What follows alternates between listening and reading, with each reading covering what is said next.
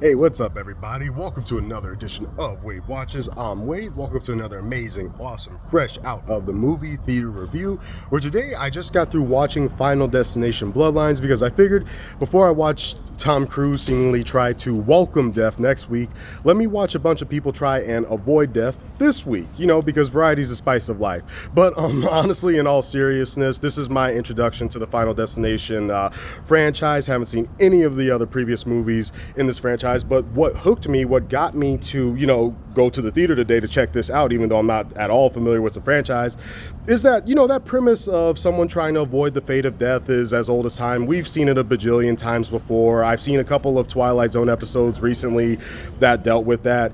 You've seen it before, you've heard of it before, you've read it somewhere before, because it's just, I guess it's just like human instinct. Like, nobody really wants to die. Nobody wants to, just like die unexpectedly, at least. So it's as old as time. And that's really what got me here today, because that's just an interesting premise. Someone just trying to avoid that inevitable fate. Someone just trying to avoid inevitably snuffing it was what intrigued me. And you know what? I'm glad that I checked it out. First thing, on that note of like not being familiar with the franchise, on the note of like being somebody who's never seen any of the previous Final Destination films, at least to me, I can't really speak on this. Some of you fans out there who have seen the rest of these maybe can, speak on it more than me. But this really did feel like its own story. I never felt that there were any points in this where they paused to say, hey, it's that person. I think there were a couple of instances where I could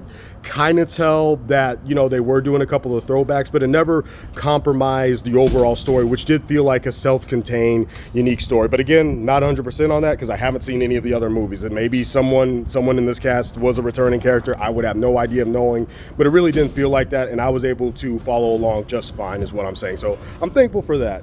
So with all of that out of the way, I'm gonna go ahead and say that I really enjoyed this film. I really did have a good time with it, because all in all, it did the bare minimum. What it sells you on, all the trailers, all the promos, all the marketing, and the marketing team is definitely having a great time with this movie.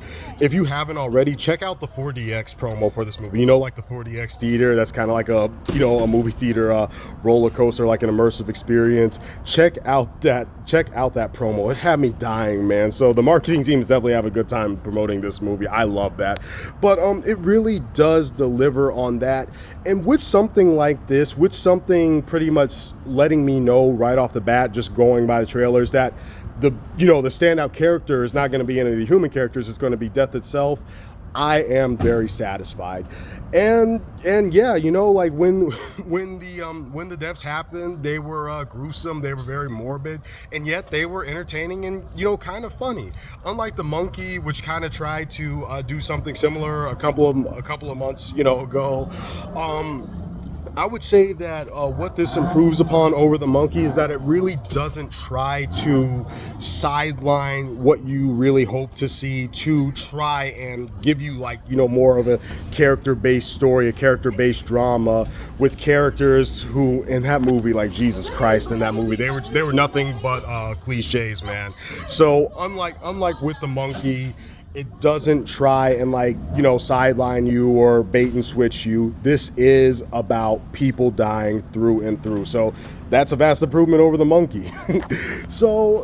Yeah, man. Honestly, I'm running out of things to say, because that's it. That's what I was hoping for. That's what I came for. And Final Destination Bloodlines delivers on that in spades. It has matter of fact, it has a fantastic opening sequence where that is kind of a complaint, where the opening sequence is so good, was done so well, that I was hoping for something on that same level at some other point throughout the film. Hopefully, for the end, maybe there would be kind of somewhat of a, maybe a big climax or something. And I never really got that, unfortunately.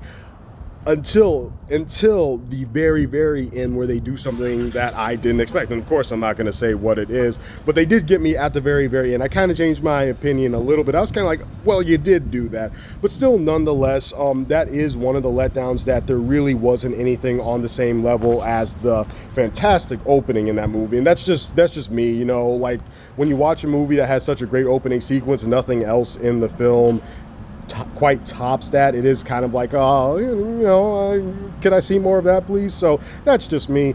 But other than that, I was thoroughly entertained with this. You know, I admit, there are no characters in it. I don't remember anybody's name, character-wise. There was one guy who kind of did stand out because he was, you know, kind of a douchebag. But other than that, I barely remember anybody. I'm not even thinking about them.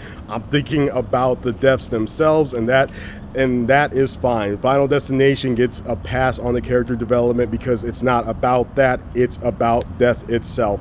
And one thing I will say is that I did feel something for them in the kind of like that human sense of like what I touched on earlier, where, you know, for the most part, most of us don't want to die. Most of us are afraid of death. Most of us are afraid of the fact that we don't know when we're going to snuff it.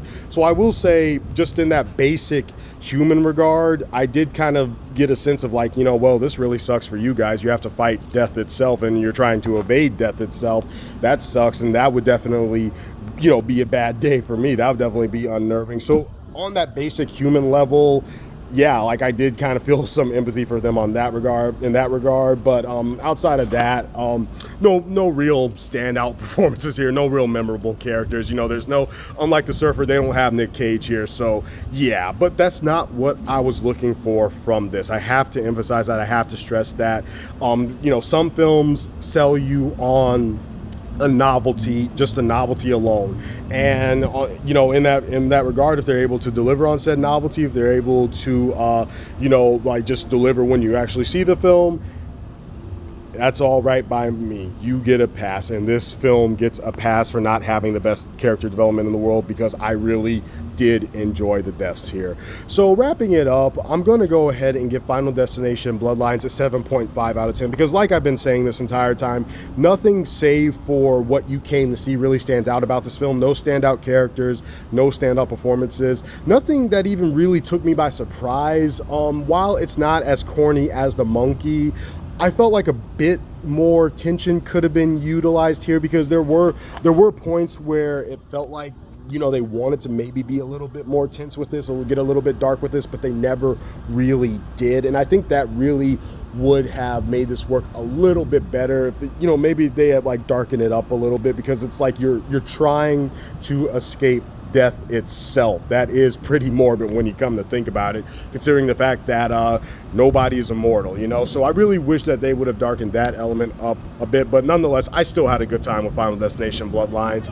It pretty much establishes from the get-go that it's not going to be that type of dark, gritty, like A24 horror film, so it's fine. It's all good. It's still a good time at the movies, and it's a 7.5 out of 10. This has been another edition of Weight Watchers, and I'll see y'all next time. Have you seen Final Destination Bloodlines? If you have, let me know what you think in the comments below. And is this the best movie in the franchise? Is this the worst movie? Let me know what y'all think. This has been another edition of Weight Watchers, and I'll see y'all next time. Peace.